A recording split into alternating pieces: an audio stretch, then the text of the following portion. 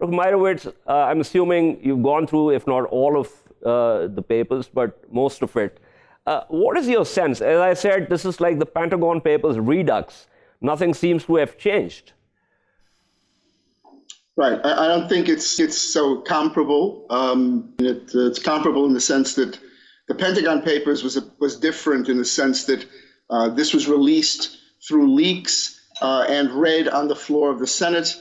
It was a classified document. It was in litigation as to whether this was permissible. There were grand juries. It was a very different situation.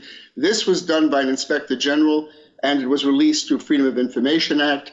So on the comparison, so I was basically referring not to the difference in technicalities of how the Pentagon Papers came out and how this one came out. I was saying that was about the Johnson administration lying to the public and Congress, and now we're told that 3 administrations also lied to the public with reference to what was happening in Afghanistan. So that was the comparison that I was trying to make.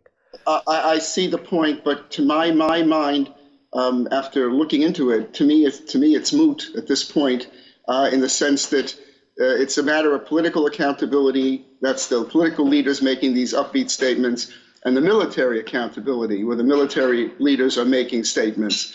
You look at it, I think the one thing that comes out of this is sort of Rumsfeld's attitude and the way in which he these snowflakes where he is making these comments about what's going on, and the public is unaware of it. At the present time, I think that we have to sort of think about where we go forward and not focus backward, even though it's quite disturbing to read about it, because we have to figure out what we're going to do going forward. If the point of it is that it's hopeless and that we should pull out the American troops, if that's the point of it, then I don't agree with that, because at this present time, the situation is too precarious to do that. In retrospect, and thinking about how we got to where we are, that's a worthwhile analysis.